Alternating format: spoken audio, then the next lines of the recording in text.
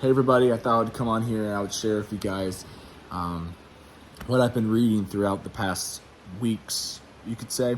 I've been going through 1 Corinthians 13 and, well, not just 1 Corinthians 13, my apologies, 1 Corinthians. But today I read 1 Corinthians 13 and today I picked up in verse 8, which usually I don't read just a verse.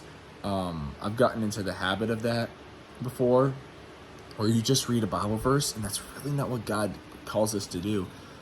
There are some really good verses out there that are like nutshells with the gospel in them, but I don't really want to just read a Bible verse because then you miss the context of it all. And a lot of people take it out of context because they don't want to read the full passage. They're just like, oh, I'm going to cherry pick this. So, but this verse hit me because I know this passage. I know 1 Corinthians 13. It's about love. But this one verse hit me. Verse 8. Love never ends. As for prophecies, they will pass away. As for tongues, they will cease. As for knowledge, it will pass away. I love at the beginning it says, love never ends. Love never ends. He starts, this is Paul writing to the Corinthian church, and he says, love never ends, y'all. Love never ends. I love how he starts that because love never ends. Prophecies, they will pass away. I mean, think about this. Over 2,000 years ago, Jesus came to this planet, right? But like over 800 years before he was born, before he was on this earth, before he died on the cross, hundreds of prophecies were being written about Jesus. And 80 of them were fulfilled. Or at least of what we found. Maybe more that were fulfilled that are not all recorded in the Bible. Like John talks about at the end of his gospel, that if I were to write everything, there would not be enough books that can contain the things that were written in this. So there might have been way more that he could have fulfilled. However, prophecies do not last. Because we know that Jesus is now King and now a Savior. Those prophecies we look back at them to see the faithfulness that God had in the promise that God had. He kept his promises. But now we're waiting for the prophecy of what? The end times. The end times in Revelation talks about the end times, like how brutal and how insane it's going to be. But that prophecy will also pass. And think about knowledge. I mean, listen, there are so many people that are smarter than me. I might be talking to a few. All my friends, all my awesome friends, and all my pastors, they're way smarter than me, okay?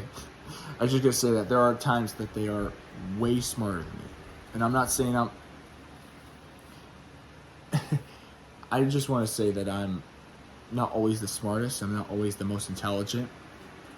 But when knowledge comes, and I have those creative thoughts, I do have a creative brain, if I'm just going to say that. I have a way that I can create things. But that knowledge will pass away. If I'm talking to somebody, let's say about the software I use, all the softwares I use for Gospel House Ministries, they may be interested in that, but they're not going to be like holding on to that. Like, I'm holding on to every word you say, unless they have a crush on me, then I guess that's a different story.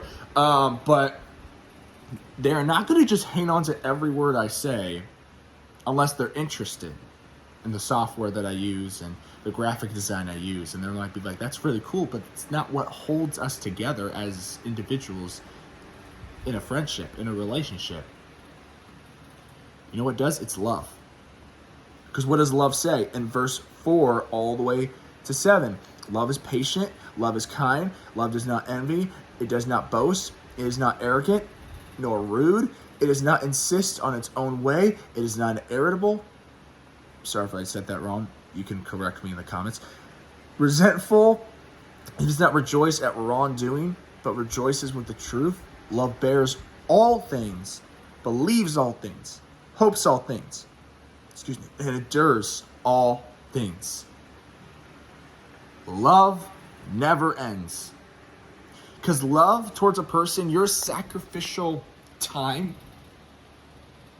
for them, and you just being there for your friend, and you just and your friends being there for you, and thinking about the love that Jesus displayed on the cross. It wasn't just a feeling, it's an act. Love never ends. Like I said, we can know all prophecies, but it's not what makes us come together. I can tell you everything about graphic design, or you can tell me something about that you know, and knowledge will pass away. Love doesn't. Love cleans us together. Love is sticky. That's a new phrase I'm going to use. I'm going to coin that term. Love is sticky. It does not let go. When a married couple come together, it's because of love. It's sticky. Because their love does not boast. It is not arrogant. It's not envious. It does not go on its own way. And so on and so forth. So I want to ask you today, have you been relying on your gifts rather than using them to love on others? You've heard the phrase before, right? Love God, love people. So are we loving people? That doesn't mean you have to get in a relationship. If I'm talking to like a single person, you don't have to get in a relationship. You don't need to find a girl or girls. You don't need to find a boy. What it is he's saying, love people like a neighbor, like a good friend. Sacrifice your time for them. Talk with them. Care for them. Encourage them. And when trials come and they fall, point it out, but point it out in love. Don't point it out like you did this wrong. No, you do it in love. You say, hey, I saw that you did this.